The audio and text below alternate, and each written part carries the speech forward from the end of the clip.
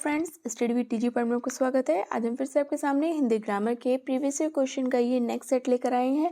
आशा आपको पसंद आएगा। अगर आप चैनल पर नए हैं तो प्लीज़ चैनल को ज़रूर सब्सक्राइब कर लीजिए और साथ साथ बेल आइकन को प्रेस कर लीजिए ताकि नेक्स्ट जो भी वीडियोज़ आती हैं उन सब की नोटिफिकेशन टाइम आपके पास पहुँचती रहे। जितने भी हम इसमें क्वेश्चन कर रहे हैं ओवरऑल प्रीवियस ईयर है और जो भी हम टॉपिक अभी तक करके गए हैं उन सभी के मिसलेनियस क्वेश्चंस के सेट के रूप में हम ये सीरीज लेकर आए हैं। आइए शुरुआत करते हैं आज के इस सेट की। सबसे पहले क्वेश्चन जो कि हमारा है कारक से। कारक के कितने भेद होते हैं? 7, 8, 9 और 10। कारक के मुख्यतः कितने प्रकार होते हैं? 8 प्रकार होते हैं। कौन कौन से? हम अपनी प्रीवियस वीडियो में ये प्रैक्टिस कर चुके हैं। कर्ता, कर्म, करण, संप्रदान, अपादान, संबंध, अधिकरण और संबोधन। तो इसलिए हमारा ऑप्शन जो कि 8 के साथ जाएगा। कारक के 8 प्रकार होते हैं। नेक्स्ट, आप भला तो जग भला वाक्य में सर्वनाम के किस भेद का बोध होता है? आप भला तो जग भला, ये हमारा सर्वनाम से रिलेटेड है, जो कि सर्वनाम किसके अंतर्गत? निश्चयवाचक, जिसे हमें किसी निश्चित मात्रा का पता हो। प्रश्नवाचक, जहाँ पर प्रश्न के बारे में हमें पता चले। संबंध, जहाँ पे हमें दो चीज़ों के बीच में संबंध का, रिलेशन का पता चलता है। और निजवाचक, जहाँ पर स्वयं के या खुद के बारे में कोई बात की जाती है। तो इसलिए हमारा ऑप्शन जहाँ पर आप भला तो जग भला आप के लिए बात की गई है, जो कि निजवाचक के अंतर्गत आएगा। Option number D will be correct answer. Next, यह पुस्तक किसकी है? वाक्य में रेखांकित पद का पद परिचय क्या है?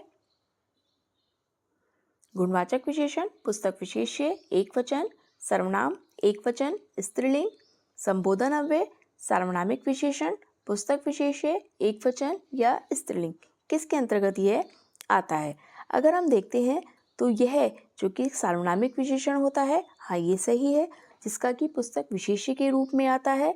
यह एकवचन भी है और यह स्त्रीलिंग भी है, इसलिए हमारा option D will be correct answer.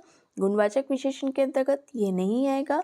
सर्वनाम है, एकवचन है, स्त्रीलिंग है, ये भी नहीं होगा। संबोधन अव्यय तो नहीं होगा। Option number D will be correct answer. Next, अपेक्षा का विशेषण रूप क्या है? अपेक्षा का सापेक्ष, अपेक्षा, निरपेक्ष या अपेक्षित। तो अपेक्षा का जो विशेषण रूप हो जाता है ये हो जाता है अपेक्षित। Option number D will be correct answer. Next, 4 गज मलमल में कौन सा विशेषण है? संख्यावाचक विशेषण, गुणवाचक विशेषण, परिमाणवाचक विशेषण या सार्वनामिक विशेषण। तो जहाँ हमें एग्जैक्ट निश्चित संख्या का पता चलता है वहाँ संख्यावाचक विशेषण होता है। जहाँ संज्ञा सर्वनाम शब्दों के गुण का पता चलता है या भाव दशा का पता चलता है वहाँ पर गुणवाचक विशेषण होता है। परिमाण, जहाँ पर माप तोल का पता चलता है वहाँ परिमाणवाचक विशेषण होता है। और जहाँ सर्वनाम शब्दों के द्वारा हमें विशेषण शब्द का पता चलता है वहाँ सार्वनामिक विशेषण होता है। लेकिन यहाँ पर हमें दिया हुआ है 4 गज मलमल, जो कि संख्या के अंतर्गत नहीं बल्कि माप के अंतर्गत आता है। जो मापने और तोलने के अंतर्गत आता है वह परिमाणवाचक विशेषण के अंतर्गत आता है, इसलिए हमारा option C will be correct answer, परिमाणवाचक विशेषण। नेक्स्ट, बुद्धिहीन शब्द व्याकरण की दृष्टि से किस संवर्ग में आता है? संज्ञा, सर्वनाम, विशेषण या क्रिया। बुद्धिहीन शब्द, बुद्धि से हीन, यहाँ पर गुण की बात हो रही है, जो कि क्रिया तो नहीं होगी, विशेषण भी नहीं होगा, सर्वनाम भी नहीं होगा, जबकि ये किसके अंतर्गत आएगा? संज्ञा, जो कि कौन सी संज्ञा होगी यहाँ पर? भाववाचक संज्ञा। इसलिए हमारा option A will be correct answer, भाववाचक संज्ञा। नेक्स्ट, पापी में कौन सा विशेषण है? संख्यावाचक विशेषण, सार्वनामिक विशेषण, गुणवाचक विशेषण या परिमाणवाचक। यहाँ पर पापी शब्द में हमें कौन सा विशेषण ये बताना है। परिमाण तो कुछ मिलता नहीं है हमें यहाँ, यह सार्वनामिक भी नहीं है और संख्या का भी कोई हमें पता नहीं चलता है, इसलिए यहाँ पर पापी जो एक गुण को दर्शा रहा है ये गुणवाचक विशेषण के अंतर्गत आएगा। Option number C will be correct answer. Next, बुढ़ापा शब्द में कौन सी संज्ञा है? जातिवाचक संज्ञा, भाववाचक संज्ञा, व्यक्तिवाचक संज्ञा या इनमें से कोई भी नहीं। तो बुढ़ापा जो कि जातिवाचक या व्यक्तिवाचक तो नहीं होगा, क्योंकि जब किसी विशेष जाति का पता हमें चलता है तो वहाँ जातिवाचक होती है। विशेष व्यक्ति के बारे में या स्थान के बारे में अगर बात होती है तो वह व्यक्तिवाचक के अंतर्गत आती है। जबकि बुढ़ापा, जवानी, इस तरह के शब्द जो किसी गुण, दोष या दशा के बारे में दर्शाते हैं, वहाँ भाववाचक संज्ञा होती है। Option number B will be correct answer. Next, वह थोड़ा बीमार है, इस वाक्य में थोड़ा कौन सा क्रिया विशेषण है? परिमाणवाचक, कालवाचक, स्थानवाचक या रीतिवाचक? रीतिवाचक किसी काम को करने के तरीके के लिए आता है। स्थान जब किसी स्थान की बात होती है, जहाँ पर क्रिया हुई है उसके स्थान के बारे में बात करता है। काल जब क्रिया के समय के बारे में पता चलता है। और परिमाण जब उसकी माप या मात्रा के बारे में पता चलता है। वह बीमार है, कितना बीमार है? थोड़ा बीमार है। थोड़ा शब्द परिमाण के अंतर्गत आएगा, इसलिए option number A will be correct answer. परिमाणवाचक क्रिया विशेषण। क्रिया विशेषण के शब्द क्या होते हैं? वे शब्द जो क्रिया शब्दों की विशेषता को बताते हैं। जैसे बीमार है, बीमार क्रिया हो गई, और बीमार के लिए शब्द आया थोड़ा, जो कि बीमार यानी कि क्रिया की विशेषता को बता रहा है, इसलिए थोड़ा शब्द क्रिया विशेषण शब्द होगा। नेक्स्ट, बाजार से किस संज्ञा का बोध होता है? भाववाचक संज्ञा, जातिवाचक संज्ञा, समूहवाचक या व्यक्तिवाचक?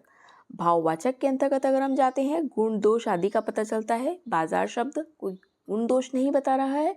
जाति किसी विशेष जाति के बारे में पता चलता है, जैसे लड़का, लड़की, ये जाति के अंतर्गत आते हैं।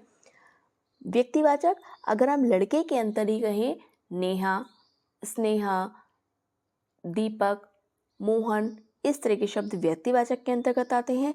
जबकि समूह कुछ लोगों के ग्रुप की अगर बात की जाती है, या जैसे कक्षा, सेना, बाजार, दल, ये सब किसके अंतर्गत आते हैं? समूह के अंतर्गत। इसलिए हमारा option C will be correct answer, क्योंकि बाजार शब्द समूह के अंतर्गत आ रहा है।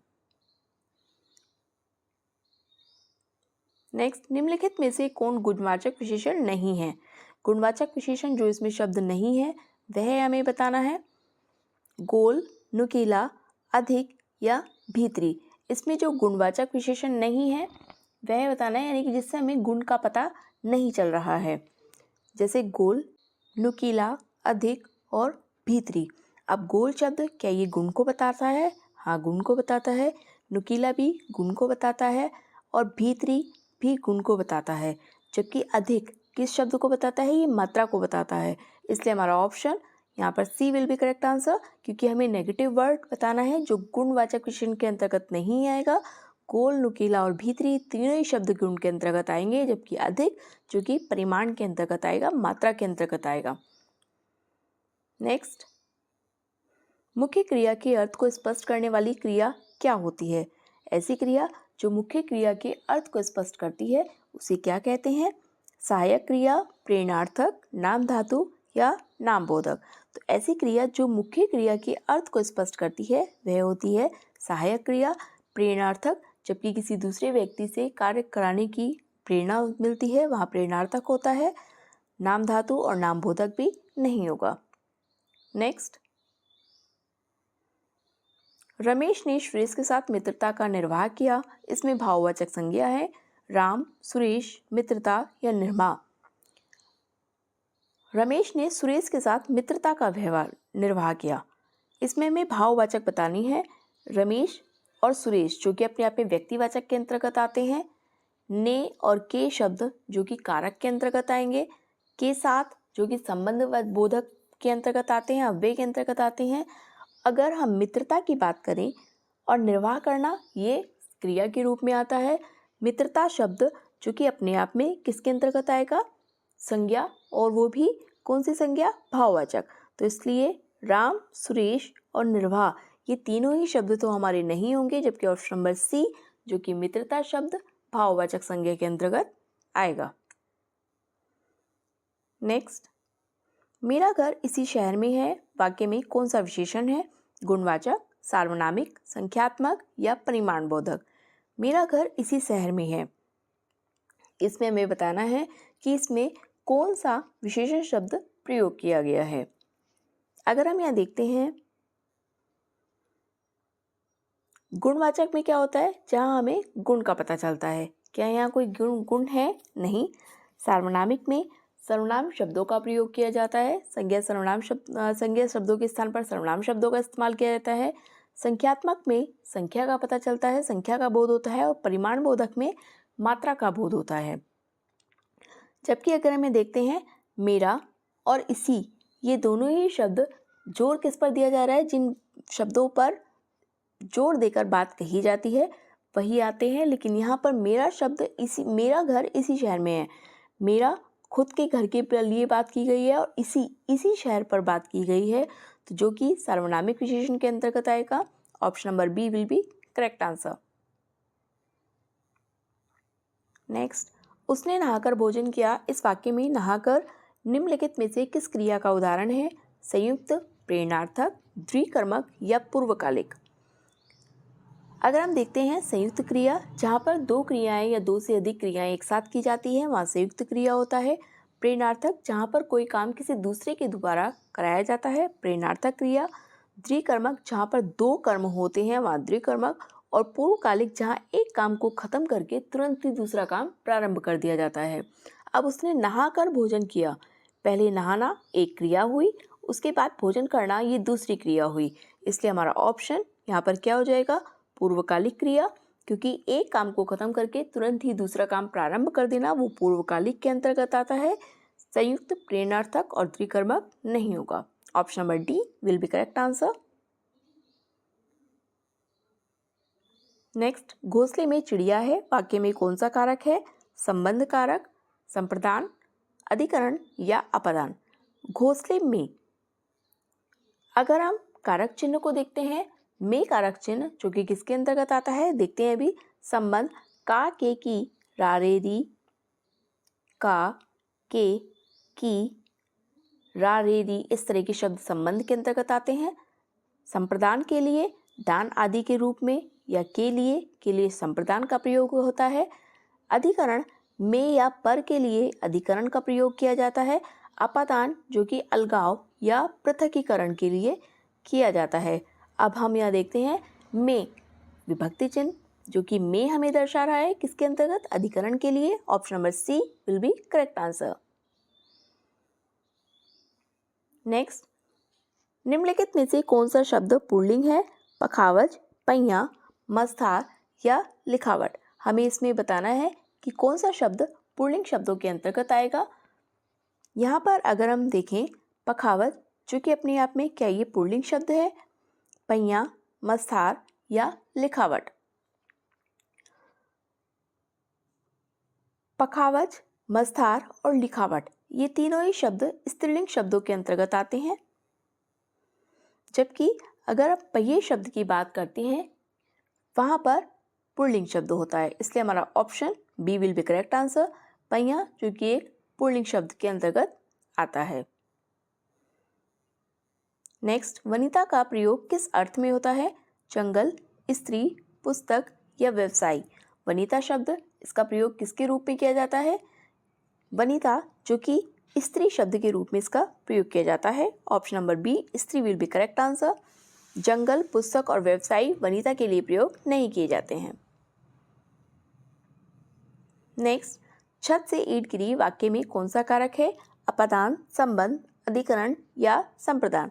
तो अपादान जो कि अलगाव के लिए आता है, संबंध का, के, की, रा, रे, री, अधिकरण में और पर के लिए प्रयोग किए जाते हैं, और संप्रदान जहाँ पर के लिए या दान आदि की बात की जाती है वहाँ संप्रदान का प्रयोग किया जाता है। अब यहाँ छत से ईंट गिरी, छत और ईंट, छत से ईंट का गिरना जो कि छत से अलगाव को दर्शा रहा है। Option number A will be correct answer. इसीलिए भय, तुलना और अलगाव इन तीनों ही रूप में हम अपादान का प्रयोग करते हैं।